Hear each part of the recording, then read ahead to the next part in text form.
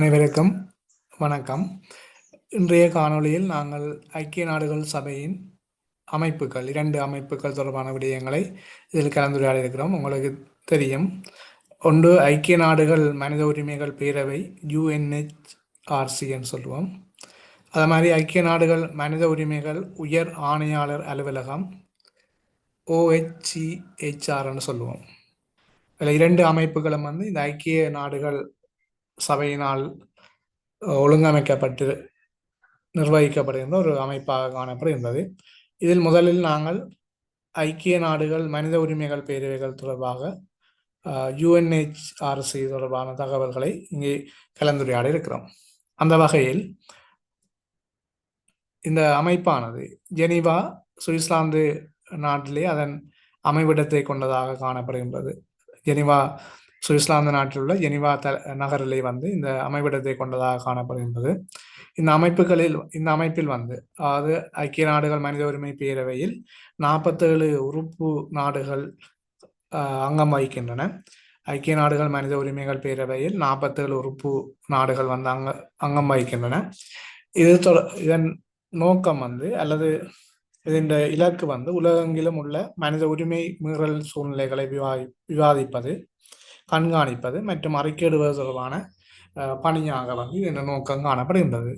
ஐக்கிய நாடுகள் மனித உரிமை பேரவையின் நோக்கம் உலகெங்கிலும் உள்ள உரிமைகள் மீறல்கள் சூழ்நிலைகளை விவாதித்தல், கண்காணித்தல் மற்றும் அறிக்கையிடுதல் தொடர்பான விடயமாக காணப்படுகின்றது. அடுத்ததாக ஐக்கிய நாடுகள் மனித உரிமைகளுக்கான உயர் ஆணையர் அலுவலகம். ஐக்கிய நாடுகள் மனித உரிமைகளுக்கான உயர் ஆணையர் அலுவலகம் இரண்டும் வேறு வேறு அமைப்புகள். ஐக்கிய நாடுகள் மனித உரிமைகள் பேரவை அமைப்பும், அதே மாதிரி ஐக்கிய நாடுகள் மனித உரிமைகளுக்கான உயர் ஆணையாளர் அலுவலகமும் வேறு வேறு அமைப்புகள். இது ஐக்கிய நாடுகள் சபையின் மனித உரிமை தொடர்பான நடவடிக்கைகளை நிர்வகிக்கின்ற ஒரு நிர்வாக பிரிவாக ஐக்கிய நாடுகள் மனித உரிமைகளுக்கான உயர் ஆணையாளர் அலுவலகம் காணப்படுகின்றது. இதன் தலைவர் ஐக்கிய நாடுகள் மனித உரிமைகளுக்கான உயர் ஆணையாளர் என அழைக்கப்படுவார்.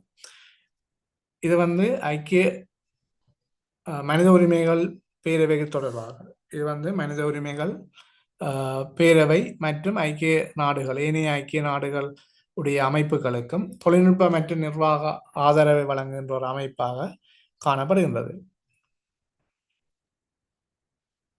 இவர் ஐக்கிய நாடுகள் மனித உரிமைகளுக்கான உயர் ஆணையர் அலுவலகம் நேரடியாக ஐநாவின் செயலாளர் நாயகத்துக்கு பொறுப்பு கூறுவராக காணப்படுவார்.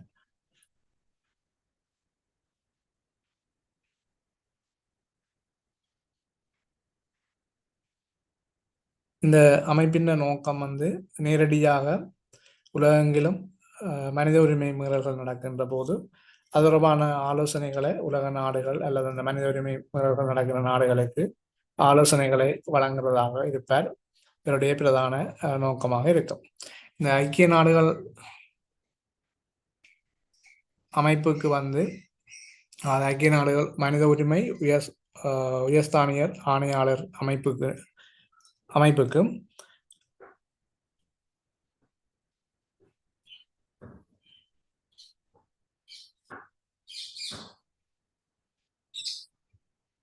தற்போதைய தலைவராக வோல்கர் டக், ஆஸ்திரியா நாட்டை சேர்ந்த வோல்கர் டர்க் என்பவர் ஐநா மனித உரிமைகளுக்கான தற்போதைய உயர்ஸ்தானியராக செயற்பட்டு வருகின்றார். இவர் 2022ஆம் ஆண்டு ஐநா பொது சபையின் ஒப்புதலுக்கு அமைவாக ஐக்கிய நாடுகள் சபையின் செயலாளர் நாயகத்தினால் நியமிக்கப்பட்டவராக காணப்படுகின்றார். ஐக்கிய நாடுகள் மனித உரிமைகளுக்கான தற்போதைய உயர்ஸ்தானியராக வோல்கர் டர்க் என்பவர், ஆஸ்திரியா நாட்டை சேர்ந்த வோல்கர் டர்க் என்பவர் செயற்படுகின்றார். 2022ஆம் ஆண்டிலிருந்து செயற்பட்டு கொண்டிருக்கின்றார்.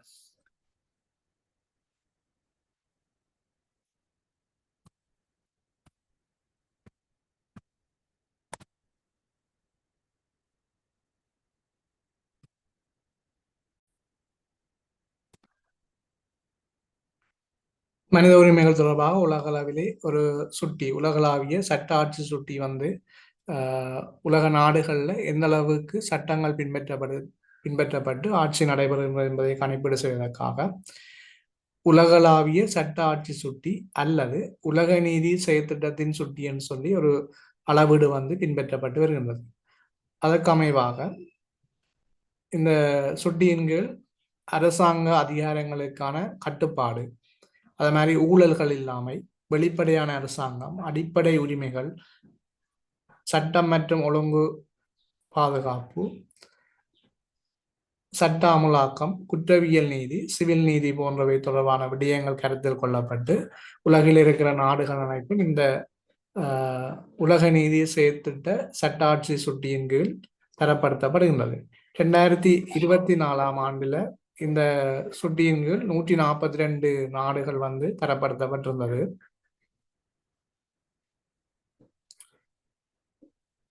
அதற்கு அமைவாக 57 நாடுகள்ல சட்ட 57 வீதமான நாடுகள், 57 நாடுகள் அல்ல, 57 வீதமான நாடுகள்ல சட்ட ஆட்சி வந்து மிக குறைந்த அளவிலேயே காணப்படுகின்றது. உலக அளவில் சட்ட ஆட்சிகள் பின்னடைவை சந்திச்சிருக்கிறது. அதுல மிகச்சிறந்த சட்ட ஆட்சியுடைய நாடுகளாக உலகில முதல் 5 நாடுகள் இந்த சுட்டிக்கு அமைவாக பிரகடனப்படுத்தப்பட்டிருக்கிறது. முதலாவது நாடாக டென்மார்க், 2வது நோர்வே, 3வது பின்லாந்து, 4வது ஸ்வீடன், 5வது ஜெர்மனி. இந்த 5 நாடுகளிலும் மிகச்சிறந்த சட்ட ஆட்சி நடைபெறுகின்றது என இந்த உலகளாவிய உலக நீதி செயற்திட்ட சட்ட ஆட்சியின் சுட்டி கணிப்பீட்டுக்கு அமைவாக 2024 ஆண்டு கணிப்பீட்டுக்கு அமைவாக தரப்படுத்தப்பட்டிருக்கின்றது. தெற்காசிய பிராந்தியத்தை பொறுத்தவரையில் சிறந்த சட்டாட்சி நடைபெறுகின்ற நாடாக வந்து இந்தியா உலக நாடுகள் என்ற தரவரிசையில் 79வது இடத்திலே காணப்படுகின்றது. தெற்காசியாவில் முதலாவது இடத்திலேயும், இலங்கை வந்து உலகளாவிய தரப்படுத்தலில் 94வது இடத்திலேயும், தெற்காசியாவில் 2வது இடத்தையும், நேபாளம் தெற்காசியாவில் 3வது இடத்தையும், உலகளாவிய தரவரிசையில் 97 இடத்தையும், அடுத்ததாக பங்களாதேஷ், பாகிஸ்தான் போன்ற நாடுகள் தெற்காசியாவில் வந்து முதல் 5 நாடுகளாக தரப்படுத்தப்படுகின்றது.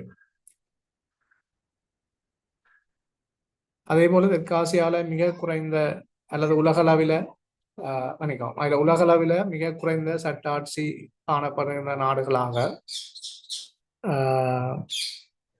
கொங்கோ ஜனநாயக குடியரசு, கெய்டி, ஆப்கானிஸ்தான், கம்போடியா, வெனிசுவேலா போன்ற நாடுகள் வந்து காணப்படுகின்றது. இதில் மிகவும் பின்தங்கிய நாடாக அல்லது சட்டாட்சி மிக குறைந்த அல்லது மோசமாக உள்ள நாடாக வெனிசுவேலா வந்து தொழிற்படுகின்றது, காணப்படுகின்றது. ஆசியா நாட்டை பொறுத்தமட்டில் இல்லை தெற்காசிய நாட்டை பொறுத்தமட்டில் ஆப்கானிஸ்தான் வந்து மிக மோசமான சட்டாட்சியை கொண்ட நாடாக இந்த சுட்டியின் கீழ் பிரகடனப்படுத்தப்பட்டுள்ளது. அதே போல ஆசியாவில முதல் நிலையில சிறந்த சட்டாட்சியுடைய நாடாக சிங்கப்பூர் செயற்படுகின்றது. 2வதாக தென்கொரியா, 3 ஜப்பான், மலேசியா, மங்கோலியா போன்ற நாடுகள் வந்து சிறந்த ஆசியாவில் சிறந்த சட்டாட்சியுடைய நாடாக தரப்படுத்தப்பட்டிருக்கிறது. ஆசியாவில் சிறந்த சட்டாட்சியுடைய நாடாக சிங்கப்பூர் காணப்படுகின்றது. அதேபோல உலகளவில் இந்த சிங்கப்பூர் வந்து 34வது இடத்திலே காணப்படுகின்றதுடன் ஆசியாவிலே முதலிடத்தில் உள்ள நாடாக சிங்கப்பூர் காணப்படுகின்றது. ஆப்பிரிக்க பிராந்தியத்தை பொறுத்தவரையில் அங்கு வந்து சிறந்த சட்டாட்சி உள்ள நாடாக ருவாண்டா காணப்படுகின்றது. அதற்கு அடுத்த நிலையில் மரீசியஸ், அடுத்த நமீபியா, சோசல்ஸ் போன்ற நாடுகள் வந்து ஆப்பிரிக்கா கண்டத்திலே சிறந்த சட்டாட்சியுடைய நாடாக காணப்படுகின்றது. ஆப்பிரிக்க கண்டத்திலே சிறந்த சட்டாட்சியுடைய நாடாக ருவாண்டா நாடு வந்து காணப்படுகின்றது. அமெரிக்க பிராந்தியத்தை பொறுத்தவரையில அமெரிக்காவில் வந்து கனடா வந்து சிறந்த சட்டாட்சியுடைய நாடாக காணப்படுகின்றது. அடுத்த நாடாக கொஸ்டாரிக்கா, உருகுவே, பார்படோஸ் போன்ற நாடுகள் வந்து சட்டாட்சி சிறந்த நாடுகளாக தரப்படுத்தப்பட்டிருக்கிறது. கனடா வந்து அமெரிக்க பிராந்தியத்திலே வந்து சிறந்த சட்டாட்சி உள்ள நாடாக கனடா காணப்படுகின்றது. கனடா வந்து உலக அளவில் 12வது இடத்திலையும், ஐக்கிய அமெரிக்கா வந்து உலக அளவில் 26வது இடத்திலையும் காணப்படுகின்றது. அதேபோல ஐக்கிய அமெரிக்கா வந்து அமெரிக்க பிராந்தியத்தில் 6வது இடத்துல காணப்படுகின்றது. ஆசியா பொறுத்தமட்டில் மிக குறைந்த மட்டத்தில் வந்து காணப்படுகின்ற சட்டாட்சியுடைய நாடாக வந்து ஆப்கானிஸ்தான் காணப்படுகின்றது. மிக குறைந்த சட்டாட்சியுடைய நாடாகவும் அதேபோல ஆப்கானிஸ்தானை விட ஆசியாவின் மிக மோசமான ஒரு சட்ட ஆட்சியுடைய நாடாக வந்து கம்போடியா வந்து காணப்படுகின்றது. ஆசியா நாட்டில் தெற்காசியாவில ஆப்கானிஸ்தானம்